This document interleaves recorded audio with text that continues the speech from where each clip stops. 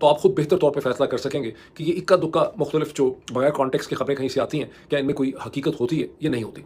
मैंने पिछले 1 या 2 व्लॉग्स में बहुत तफ़सील से आपके सामने ये पर्सपेक्टिव रखा कि यकीनन एक दबाव है, एक वेव है ज़ायनिस्ट लॉबी की तरफ से, और अमेरिका के सदर डोनाल्ड ट्रंप ये समझते हैं कि मैं अगर ईरान के साथ एक डील करूँ और साथ ही मैं किसी तरह से मशरिक़ वस्ता के ममालिक को, सऊदी अरब वगैरह को मजबूर करूँ कि वो अब्राहम एक्कॉर्ड को ज्वाइन कर लें, तो मैं इसको ज़ायनिस्ट को, प्रो इज़राइली लॉबीज़ को और अपना जो क्रिश्चियन एवेंजेलिकल बेस उनका मेरा है, मैं उसे बड़ी आसानी से सेल कर सकूँगा कि देखें मैंने कितना बड़ा काम किया।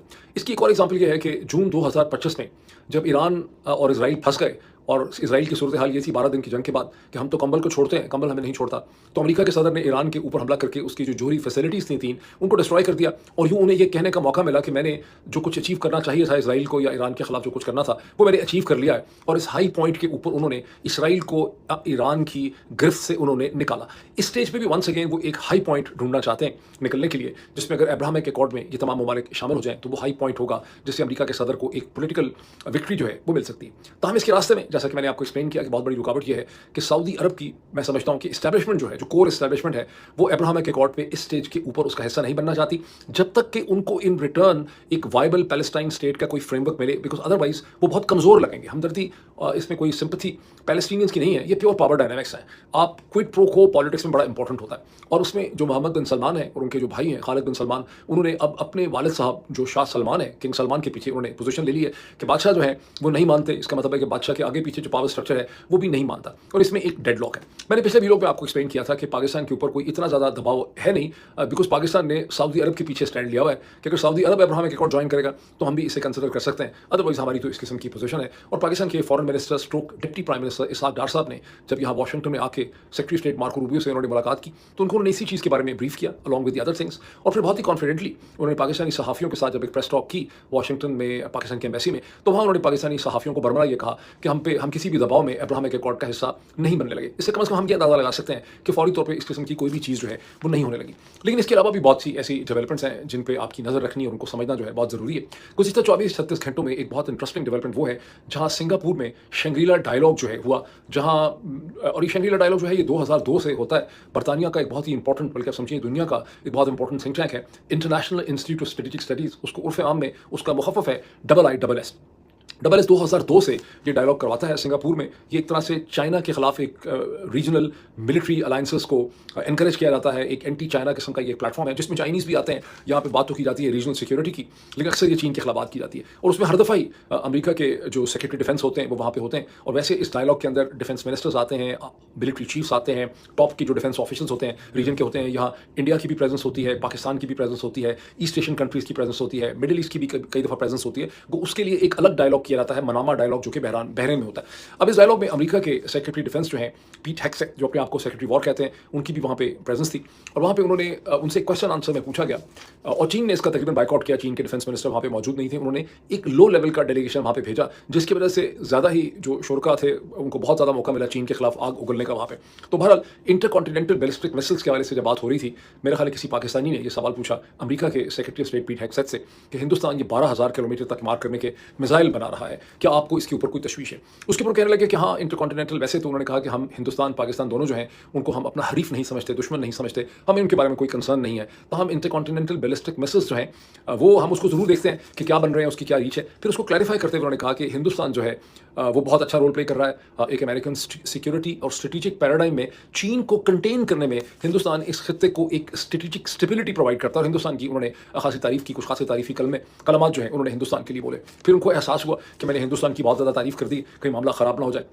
यहाँ एक बात को ज़रा ज़हन में रखिए कि अमेरिका के सदर की जो कैबिनेट है, जिसका सेक्रेटरी डिफेंस, सेक्रेटरी स्टेट सभी उसका हिस्सा है, ये बड़ी कमज़ोर किस्म की कैबिनेट है। ये उस किस्म की कैबिनेट नहीं है जैसी रवायती तौर पर अमेरिकन सदूर की कैबिनेट्स होती हैं, जिसमें हर शख्स अपनी जगह एक इंस्टीट्यूशन होता है, बहुत मुमताज़ होता है, उसके पास बड़ी ऑटोनॉमी और आज़ादी होती है। अमेरिका की ये जो कैबिनेट है डोनाल्ड ट्रंप की, इनके पास कोई ज़्यादा शख्सी आज़ादी नहीं है, क्योंकि डोनाल्ड ट्रंप का मिजाज ऐसा नहीं है। डोनाल्ड ट्रंप अपनी कैबिनेट को बिल्कुल एक डिक्टेटर के तौर पर लेकर चल रहे हैं, और इसलिए इनमें से किसी के अंदर भी इतनी इखलाकी ज़रूरत और मॉरल करेज नहीं है कि वो अपनी आज़ादाना पोजीशन ले सकें या सदर की एक जो प्रोनाउंस पोजीशन है जो उन्होंने खुल के ली हुई है उसकी कोई ज़्यादा उससे वो मुख्तलिफ नजर आए, बिकॉज सदर अभी इसी साल में 3-4 लोगों को फारिग कर चुके हैं अपनी कैबिनेट में, और 2026 जब तक खत्म होगा तो 2-3 और लोगों को भी, ये 4 लोगों को वो और कैबिनेट से अपने फारिग कर देंगे। और जिसको भी एक अमेरिकन सदर की कैबिनेट से फारिग किया जाता है, तारीख ये बताती है कि उसका political career by and large उस स्टेज के ऊपर जो है वो खत्म हो जाता है। उस बेचारे का अगर कोई कैरियर था भी उससे पहले, वो भी वहाँ पे खत्म हो जाता है। तो जब सेक्रेटरी पीट हेग्सेथ को एहसास हुआ कि मैंने हिंदुस्तान की ज़्यादा तारीफ कर दी है, तो उन्होंने कहा कि इसी किस्म की बात मैं पाकिस्तान के हवाले से भी कर सकता हूँ। फिर उन्होंने वजाहत की कि पाकिस्तान के army chief, field marshal, Pakistan के प्राइम मिनिस्टर जो हैं वो डोनाल्ड ट्रंप का जो विजन है वेस्ट एशिया का, मिडिल ईस्ट का, उसमें बड़ा अच्छा रोल प्ले कर रहे हैं। हमारे ताल्लुकात बहुत ज़्यादा बेहतर हो चुके हैं, कोई सोच नहीं सकता था कि हमारे ताल्लुकात जो हैं वो इतने अच्छे हो जाएंगे। ये वो चीज़ है जिसको पाकिस्तान में बहुत ज़्यादा पॉजिटिवली देखा गया, जिसको हिंदुस्तान में बहुत ज़्यादा कंसर्न के साथ देखा गया। आपको याद होगा कि चंद दिन पहले जब एक समिट था, इसका किसका समिट था हिंदुस्तान के अंदर, क्वाड का, यस, क्वाड की फॉरेन मिनिस्टर्स की समिट के लिए अमेरिका के वज़ीर ख़ारजा secretary of state Marco Rubio Hindustan में थे।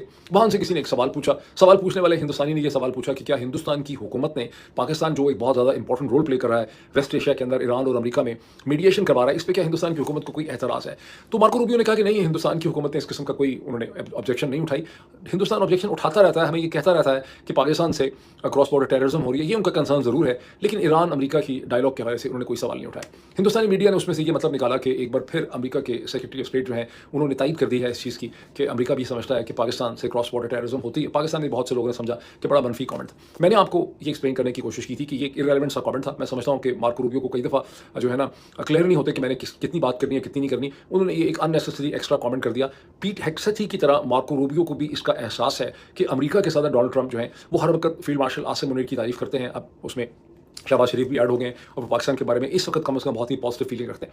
इसलिए कभी भी मार्को रूबियो का कहने का वो मतलब नहीं था एंटी पाकिस्तान या कि पाकिस्तान दहशतगर्दी करवा रहा है हिंदुस्तान के अंदर, जो कि हिंदुस्तानी मीडिया पर्सन्स ने उसमें से मतलब निकाला, या बाज़ पाकिस्तान के लोगों ने मतलब निकाला। बॉटम लाइन क्या है कि बड़ा ही एक इस वक्त पॉजिटिव ऑप्टिक्स हैं डोनाल्ड ट्रंप की जो एडमिनिस्ट्रेशन है और पाकिस्तान की जो मिलिट्री है उसके दौरान बड़े पॉजिटिव किस्म के ऑप्टिक्स हैं।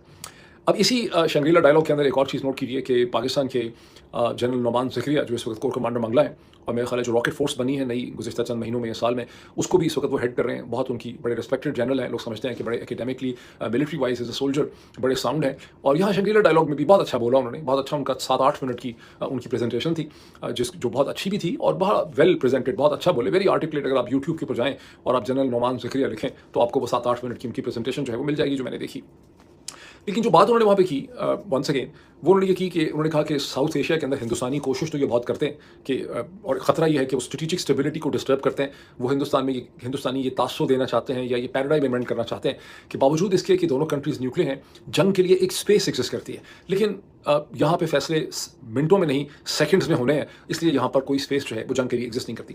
ये बड़ा इंटरेस्टिंग कमेंट है। मैंने पिछले वीडियो में भी आपको इसकी वजाहत की थी कि हकीकत यह है कि पाकिस्तान हिंदुस्तान के न्यूक्लियर होने के बाद 1999 में कारगिल में 1999 में बड़ा इंटेंस कॉन्फ्लिक्ट हुआ हिंदुस्तान पाकिस्तान के दरमियान, जो एक रीजनल वॉर थी, बड़ी इंटेंस। फिर 2016 में हिंदुस्तान के प्राइम मिनिस्टर जब से बने नरेंद्र मोदी, चूँकि वो अपने आप को ज़्यादा मस्कुलर साबित करना चाहते हैं, उन्होंने एक बहुत ही 200 किलोमीटर पे जो एक सो कॉल्ड सर्जिकल स्ट्राइक की, जिसमें घमसान का कॉन्फ्लिक्ट हुआ तकरीबन 8-10-15 घंटे पाकिस्तान और हिंदुस्तान के दरमियान। 2019 में पुलवामा के बाद उन्होंने बालाकोट के ऊपर बाकायदा हमला कर दिया इंडियन एयरफोर्स ने। फिर 2025 के अंदर आपने देखा कि ऑपरेशन सिंदूर में 4 दिन पाकिस्तान और हिंदुस्तान जो है, दोनों न्यूक्लियर कंट्रीज़ हैं, दोनों के दरमियान जंग होती रही। 2022 से न्यूक्लियर रशिया जो है, जिसके पास 300-400 न्यूक्लियर वॉरहेड्स हैं, उसके और यूक्रेन के दरमियान में घमसान की जंग हो रही है, जिसमें लाखों लोग जो हैं वो मारे जा चुके हैं। और उसमें यूक्रेन ने कोई कसर नहीं छोड़ी है रशिया के शहरों पर, रशिया के मिलिट्री बेसिस के ऊपर हमला करने के लिए, बावजूद इसके कि रशिया के पास न्यूक्लियर वेपन्स हैं। फिर 2025 में ईरान और अमेरिका के दरमियान, दोनों न्यूक्लियर पावर्स हैं, रशिया, इजराइल, अमेरिका, उन्होंने ईरान के ऊपर हमला किया। ईरान ने इजराइल के ऊपर काउंटर स्ट्राइक्स करने में कोई कसर नहीं छोड़ी, जो कुछ भी वेपन सिस्टम उनके पास था उन्होंने इजराइल को उससे टारगेट किया। और 28 फरवरी के बाद से आपने देखा कि फिर उस किस्म की सिचुएशन। लेकिन पाकिस्तानी पैराडाइम अपनी जगह पे उधर ही है, उसकी भी बहुत से रीजंस हैं, लेकिन बहुत कॉन्फिडेंटली उन्होंने अपना ये पैराडाइम जो है वो वहाँ पे उन्होंने प्रेजेंट किया। और इसका जस्ट क्या है, पाकिस्तानी इस्टेब्लिशमेंट कहना क्या चाहती? पाकिस्तानी इस्टेब्लिशमेंट बेसिकली कहना ये चाहती है कि कोई ऐसी जंग नहीं हो सकेगी जिसमें 1971 की तरह पाकिस्तान को एक major game changing political defeat हो, जहां हमें सरेंडर करना पड़ जाए, हम कोई टेरिटरी जो है वो लूज़ कर दें। ये नहीं हो सकेगा, बिकॉज हम न्यूक्लियर अल्टीमेटली अगर चीज़ें इस डायरेक्शन की तरफ जारी होंगी तो हम फिर न्यूक्लियर हथियार जो है वो इस्तेमाल कर सकेंगे। लेकिन असल में भी ये चीज़ एक चीज़ को मिस कर देती है, वो ये है कि पाकिस्तान का जो चैलेंज है वो इस वक्त इंसर्जेंसीज है। खैबर पख्तूनख्वा में और बलोचिस्तान, दोनों जगहों पर एक बड़ी खौफनाक किस्म की इंसर्जेंसीज चल रही हैं। अभी ये क्लियर नहीं है कि इन इंसर्जेंसीज को अगर कोई बैरूनी मदद है, जैसे बलोचिस्तान में है, तो किस एक्सटेंट तक है, और वो जो बैरूनी ताकत है अगर वो हिंदुस्तान है तो उसके अपने अगराज़ व मकासद क्या है। वो महज इन इंसर्जेंसीज को बुनसन बर्नर ऑर्बिट्स पे रख रहे हैं ताकि ये सुलगती रहें, या इसको किसी डायरेक्शन में ले जाना चाहते हैं। और इसमें जो डेवलपमेंट हुई है पिछले 2-3 दिन में, जब आप देखते हैं कि वेडनेसडे के दिन मॉस्को के अंदर जो सिक्योरिटी फोरम था, वहाँ अफगानिस्तान और रूस के दरमियान में एक मिलिट्री म्यूचुअल पैक्ट जो है, डिफेंस पैक्ट तय पाया, जिसका अभी हमें खद्दो-खाल और डिटेल्स हमें उसकी नहीं पता, लेकिन एक्सपेक्टेड है कि इसके नतीजे में रशिया जो है वो अफगानिस्तान को एयर डिफेंस सिस्टम भी देगा और उस एयर डिफेंस सिस्टम की उनको ट्रेनिंग भी देगा। और आई एम श्योर कि जनरल नोमान ज़िक्रिया और पाकिस्तानी जनरल हेडक्वार्टर्स जो हैं वो इस सूरत हाल को गौर से देख रहे हैं, बिकॉज ज़ाहिर है कि इसकी इंप्लीकेशंस पाकिस्तान के ऊपर होंगी। अच्छा, इसमें एक इंटरेस्टिंग एलिमेंट ये है कि आप देखिए कि 1950 से लेके अफ़गानिस्तान 1950 से लेके 1975 तक अफ़गान हुकूमतें जो हैं, जो भी अफ़गान रजीम थे, उनके और फॉर्मर सोवियत यूनियन के दरमियान में हमेशा एक मिलिट्री कोऑपरेशन और स्ट्रेटेजिक रिलेशनशिप रहा। और 1979 में जब सोवियत यूनियन ने, यूएसएसआर ने अफ़गानिस्तान पे इन्वेजन किया, जो सोवियत इन्वेजन था, फिर उन्होंने कब्जा कर लिया, तो उसका कॉन्टेक्स्ट और बैकग्राउंड ये था कि जो कम्युनिस्ट मार्क्सिस्ट रजीम उन्होंने बिठाया था अफ़गानिस्तान के अंदर, उसके खिलाफ अमरीकी intelligence agency CIA, Pakistani agency Peshawar से ISI, और उसके अलावा जो सऊदीज़ हैं, वो उस कम्युनिस्ट मार्क्सिस्ट रजीम को फेल करने के लिए बहुत ज़्यादा एफर्ट कर रहे थे, उसके खिलाफ कार्रवाई कर रहे थे, और उसको कवर करने के लिए, जो कि रजीम टॉटर कर रहा था, उनको उसमें इंटरफेयर करना पड़ा। लेकिन उसके बाद जितना तारीख का पहिया घुमा है, उसके बाद वो कहते हैं जिथों दी खोती उथे आन खलोती, कि दोबारा एक बार फिर सारे टाइम पीरियड के बाद वो अफगान तालिबान जो पैदा हुए थे सोवियत इन्वेजन के खिलाफ, उनके और रशिया के दरमियान में अब एक स्ट्रेटेजिक रिलेशनशिप पैदा हो रहा है। इसका मतलब यह है कि जोग्राफिया जो है, द जोग्राफी मैटर्स, वही जोग्राफी जिसके नतीजे में ब्रिटिश एम्पायर के मुकाबले में यहाँ पे ज़ारस रशिया का रोल हुआ करता था, उस चीज़ ने अपने आप को दोबारा से री एनैक्ट कर लिया। अब ये शैंग्री-ला डायलॉग बड़ा इंपॉर्टेंट है, इसको अपने ज़हन में रखिए। अब आए एक और बड़ी इंटरेस्टिंग डेवलपमेंट में, चूँकि जो मैंने शुरू में बात की है, मैं बहुत सी चीज़ें आपके सामने रखना चाह रहा हूँ, जिससे आप खुद चीज़ों की असेसमेंट कर सकते हैं। कहते हैं, सुनने में आ रहा है, कन्फर्म्ड है, वैसे ये भी मतलब अब है तो एक सोर्स से ही पता चला, लेकिन ये आप और भी बहुत सी जगहों से कंफर्म कर सकते हैं, खास करके जिन लोगों का, जिनको एक्सेस हासिल है मिलिट्री के हलकों में। जनरल आसिम मुनीर ने चाइना से वापस आने के बाद ईद उल अज़हा के दूसरे दिन 28, दूसरा दिन था, तीसरा दिन था, 28 मई 2026 को उन्होंने अपने 10 जो लेफ्टिनेंट जनरल्स हैं, जिसमें को कमांडर्स भी थे, लेकिन उसमें और भी बहुत से टॉप जनरल्स थे जो उनके अपने कॉन्फिडेंट्स हैं, उनके साथ उन्होंने एक मीटिंग की। उस मीटिंग में कौन कौन शामिल था? उस मीटिंग में DG ISI general Asim Malik साहब थे, उसमें DG MI थे, मिलिट्री इंटेलिजेंस, उसमें DG military operation DG MO थे, इस मीटिंग में DG ISPR थे, इस मीटिंग में CGS थे, चीफ ऑफ जनरल स्टाफ है, बहुत इंपॉर्टेंट पोजीशन होती है पिंडी में, वो भी थे। इसमें पिंडी के कोर कमांडर जो कोर 10 है, वो भी थे। इसके अंदर DG SPD, director general strategic planning division भी थे, पता नहीं चेयरमैन होते हैं शायद, बहरहाल। इसके अलावा इसमें एडजुटेंट जनरल भी थे, इसके अलावा इसमें मिलिट्री सेक्रेटरी भी थे, और इसमें पाकिस्तान की स्ट्रेटेजिक फोर्सेस के कमांडर भी थे। वहाँ जनरल आसिम मुनीर ने अपने हवाले से, पाकिस्तान की मिलिट्री के हवाले से, कहने में आप कह सकते हैं कि पाकिस्तान के हवाले से, लेकिन बेसिकली पाकिस्तान की मिलिट्री के हवाले से, मिलिट्री एलीट के हवाले से उन्होंने एक बहुत ही रोज़ी पिक्चर जो है अपनी इन कुलीज़ के साथ शेयर की। वो रोज़ी पिक्चर क्या है? उसमें उन्होंने कहा कि रेकोटेक जो है उससे बहुत ज़्यादा रेवेन्यू पैदा होगा, वो जो मिनरल डेवलपमेंट है वो हमारे उस पर बड़ी प्रोग्रेस हो रही है। उन्होंने अपनी अचीवमेंट्स के तौर पे अपने कोलीग्स को कॉन्फिडेंस भी लिया चीन से वापस आने के बाद। उन्होंने कहा कि गवादर में मजीद इन्वेस्टमेंट्स होंगी, उसकी स्ट्रेटेजिक सिग्निफिकेंस बढ़ जाएगी, उसमें मजीद फैसिलिटीज़ ऐड की जा रही हैं, वहाँ से भी रेवेन्यू आएगा। उन्होंने कहा कि बहुत जल्दी CPEC 2 और मेन रेलवे लाइन 1 जो है ML1, उसमें बहुत प्रोग्रेस होगी, वहाँ से भी बहुत ज़्यादा हमारी स्ट्रेटेजिक जो हमारी स्ट्रेंथ है उसमें इजाफा होगा। फिर उन्होंने कहा कि ईरान के साथ हमें एनर्जी और गैस मिल सकती है। इसका मतलब है कि जनरल आसिम मुनीर ने कम से कम ये कंक्लूड किया है कि ईरान से अमेरिका की वो सैंक्शंस जिसके नतीजे में गैस पाइपलाइन नहीं चल सकी आज तक, वो हटने वाली हैं। ये उनकी अपनी असेसमेंट है। तभी उन्होंने कहा कि ईरान से पाकिस्तान को गैस मिलेगी। फिर उन्होंने कहा कि GCC कंट्रीज़ के साथ वेस्ट एशिया में हमारा स्ट्रेटेजिक रोल जो है वो बढ़ रहा है, और हो सकता है कि हमारा ईरान के साथ भी एक स्ट्रेटेजिक रिलेशनशिप बन जाए। तुर्की का भी उन्होंने वहाँ पे जिक्र किया। फिर उन्होंने कहा कि हमारी डिफेंस एक्सपोर्ट्स जो हैं उसमें इजाफा हो रहा है। बेसिकली तौर पर यहाँ से क्या चीज़ रिफ्लेक्ट होती है? यहाँ से आपको जनरल आसिम मुनीर का एक माइंड सेट पता चलता है, और आपको ये पता चलता है कि वो अपने आप को बहुत कॉन्फिडेंट भी हैं, और अपने इस कॉन्फिडेंस को और अपनी रोज़ी पिक्चर को वो अपनी जो कोर ग्रुप है मिलिट्री के अंदर उसके साथ वो उनको शेयर करना चाह रहे थे। इसमें बाकी कोर कमांडर्स नहीं थे, जैसे जनरल नोमान ज़िक्रिया वगैरह इसमें नहीं थे। अच्छा, अब इससे आपको ये भी पता चलता है कि जनरल आसिम मुनीर का यहाँ प्लान और एम्बिशन ये है कि मैं 10 साल या क़यामत तक फॉरएवर जो है मैं बैठा रहूँ इसी पावरफुल पोजीशन में, हुकूमतें बदलता रहूँ अगर मुझे ज़रूरत हो। इससे उनका माइंडसेट जो है वो आपको पता चलता है। अच्छा, एक और चीज़ भी देखिए इस मिलिट्री, अच्छा हाँ, मैं इस पर एक चीज़ थोड़ा सा कहना चाहता हूँ कि जब इस किस्म की बात की जाती है, गवादर मेन रेलवे लाइन 1, रेकोटेक वगैरह, तो इसकी तनकीद भी होती है कि इससे कौन सी प्रोग्रेस हो रही है, पाकिस्तान को क्या मिला। ये पाकिस्तान को मिलने की बात नहीं हो रही। पाकिस्तान जो है वो एक इंतहाई एलिटिस्ट किस्म का पॉलिटिकल स्ट्रक्चर है। यह पाकिस्तान का कभी किसी को फिक्र नहीं होती।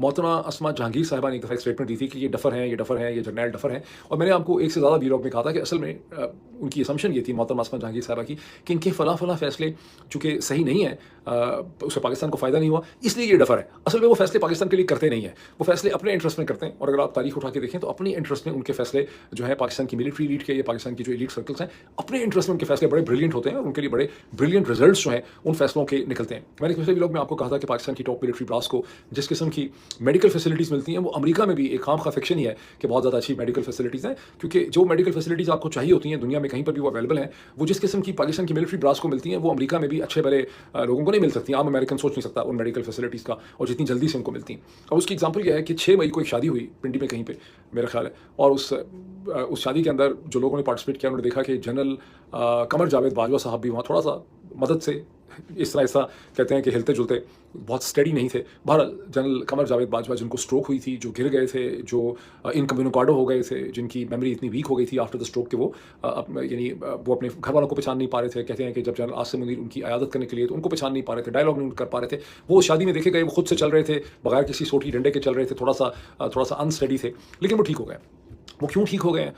मुझे बताने वालों ने ये बताया कि बिकॉज उनको state of the art neurological support दी गई है पिंडी में by the army medical corps. Army medical corps ने उनकी बहुत खिदमत की और उनको ठीक किया। अगर एक आम पाकिस्तानी को दुनिया में कहीं पर भी एक मिडिल क्लास का जो शख्स है उसको इस किस्म की मैसिव स्ट्रोक हुई होती कि वो सिरे से, यानी स्ट्रोक्स कई किस्म की होती हैं कि आपकी मूवमेंट नहीं हो सकती है, आप 1-2 दिन कमज़ोर रहते हैं, लेकिन कई दिन के बाद भी आप जो है रिकग्नाइज न कर सकें आप इतना, तो आप रिकवर इतने कंप्लीट नहीं कर सकते जितना जनरल कमर जावेद बाजवा ने इससे रिकवर किया। Which once again underscores the point कि जिस किस्म की फैसिलिटीज़, जिस किस्म की प्रिविलेजेस पाकिस्तान की मिलिट्री ब्रास को और पाकिस्तान की एलीट को पाकिस्तान में हासिल है, ये दुनिया में लोगों को नहीं मिलती हैं। बहुत ही छोटी परसेंटेज होती है एलीट की जिसको इस किस्म की फैसिलिटीज़ कहीं पर भी दुनिया में मिलती हैं। आम आदमी को या मिडिल क्लास को या पढ़े लिखे लोगों को इस किस्म की फैसिलिटीज़ जो हैं वो हासिल नहीं होती।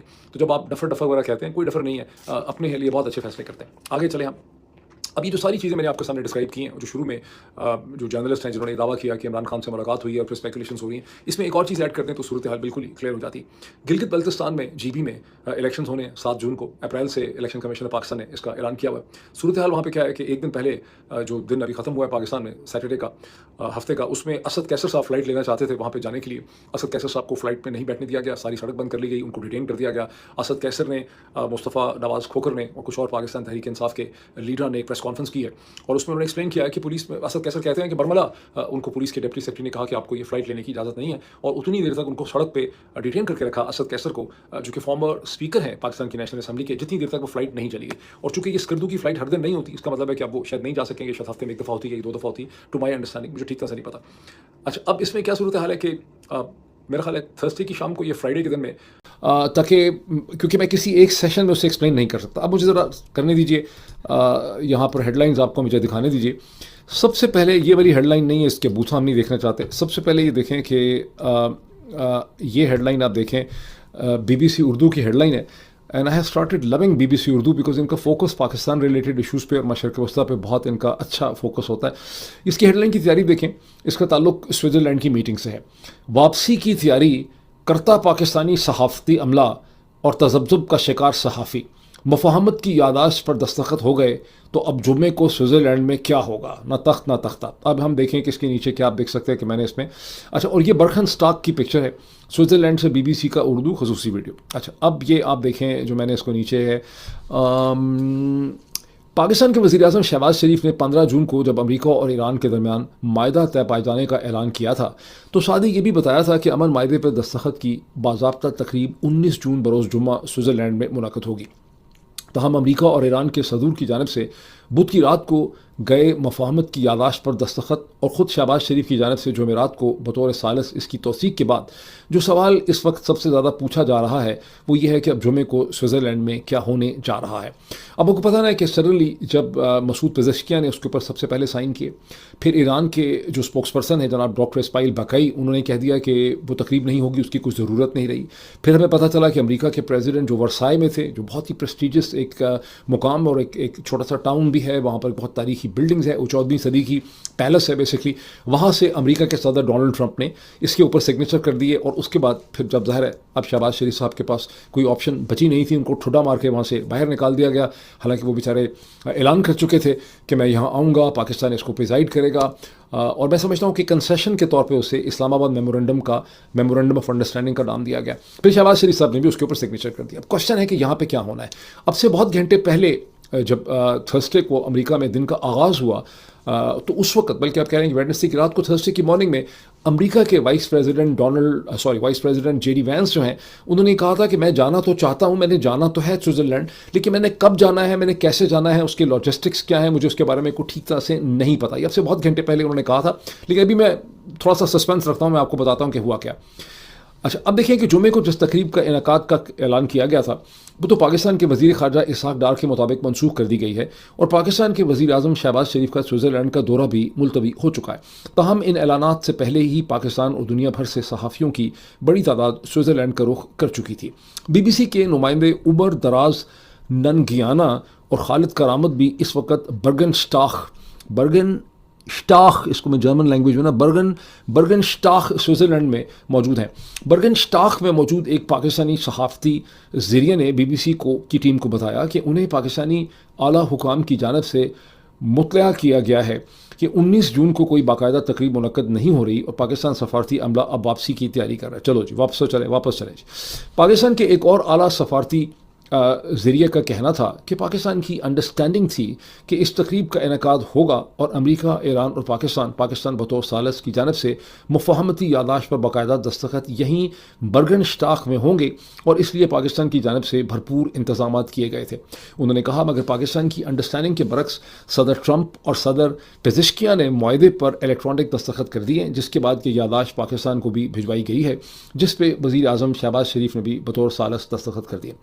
सफारती ज़रिए के मुताबिक प्लान यही था कि बाकायदा दस्तखत की तकरीब के बाद अमेरिका और ईरान के दरमियान मुज़ाकरात का पहला मरहला, ये बेसिकली टेक्निकल नेगोशिएशंस हैं, यहीं बर्गन स्टाख में होगा, मगर अब ये भी वाज़ेह नहीं है कि इस इब्तदाई मरहले का आगाज़ 19 जून जुम्मे को हो भी पाएगा कि नहीं। अब इसके बारे में कन्फ्यूजन में भी, यहाँ तो मैंने आपको कहा है कि सस्पेंस है, और मैं चाहता हूँ कि सस्पेंस को स्टेप बाय स्टेप मैं आपके सामने अनफोल्ड करूँ। अभी मैं मज़ीद इस पर कॉमेंट करता हूँ कि हुआ क्या, और वाशिंगटन के अंदर इसके बारे में क्या स्पेकुलेशन, क्या कॉन्स्पिरेसी थ्योरीज चल रही हैं। कि पहले मैं आपको अल जज़ीरा की एक हेडलाइन दिखाऊं, बहुत इंटरेस्टिंग, अल जज़ीरा इंग्लिश की, और आपको पता है कि Al Jazeera is a platform that is owned by the Qatari state, ठीक। और ये उनकी बहुत बड़ी अचीवमेंट है कि उन्होंने अल जज़ीरा की तरह की एक चीज़ बनाई, जो पहले उन्होंने 97 में अरबिक अल जज़ीरा बनाया, जिसने मशरक़ वस्ता में एक तलातुम पैदा कर दिया मशरक़ वस्ता की सियासत के अंदर, और उसको उन्होंने एक सफिशिएंट एडिटोरियल इंडिपेंडेंस दी। बहुत से अरब ममालिक, सऊदी अरब भी बहुत नाराज़ था, हालांकि ये GCC के मेंबर थे, इससे इजिप्ट बहुत नाराज़ था। और आपको पता है कि जब GCC से कतर को निकाल दिया गया था आज से चंद साल पहले, तो जो एक बहुत बड़ा बर्निंग इशू था, जो 4 नुकाती एजेंडा था GCC कंट्रीज़ का, मुत्तहिदा अरब इमारात की तरफ से, सऊदी अरब की तरफ से, इजिप्ट की तरफ से, वो बेसिकली ये था कि अल जज़ीरा को बंद किया जाए। लेकिन कतर की हुकूमत ने अल जज़ीरा को बंद नहीं किया, थोड़ा सा टोन डाउन उन्होंने कर दिया। अब ये बैकग्राउंड मैंने आपको दे दिया। अब अल जज़ीरा इंग्लिश उन्होंने बाद में बनाया, which is in fact a huge success. मेरा ख्याल है कि उस वक्त ये $225 मिलियन से ये इन्होंने इनिशिएट किया। कभी भी अल जज़ीरा प्रॉफिट अर्न नहीं कर सका। अल जज़ीरा आज तक को स्टेट फंड करती है और रिच कतरीज उसको फंड करते हैं। अच्छा, explainer, what we know so far about the US-Iran ceremony in Switzerland, talks expected to begin at the Qatar-owned Bergenstock Resort in Switzerland. ये Bergenstock Resort स्विट्जरलैंड ही की बिल्डिंग है, जो आप देख सकते हैं। This is actually the Palace Hotel at the luxury Bergenstock Resort overlooking Lake Luzerne in Switzerland. आप ऐसे जो पाकिस्तानी जर्मनी में हैं या स्विट्जरलैंड में, कि मेरे जर्मन प्रोनाउंसिएशन गलत हो तो मुझे माफ़ कर दें, मेरा बहुत ज़्यादा एक्सपीरियंस वहाँ का नहीं है, वो कि मैं जाता बहुत रहा हूँ वहाँ पे। अच्छा, एनीवे, अब यहाँ इसमें इंटरेस्टिंग चीज़ मैं आपको दिखाता हूँ, फिर मैं आपको बताता हूँ कि वाशिंगटन के अंदर इसकी थ्योरी क्या है, कि ये हुआ क्या। Where will the ceremony be held? A ceremony followed by talks is expected to be held at the Bergenstock Resort in Stanstad near the Lucerne in central Switzerland. अब आए बम। It is owned by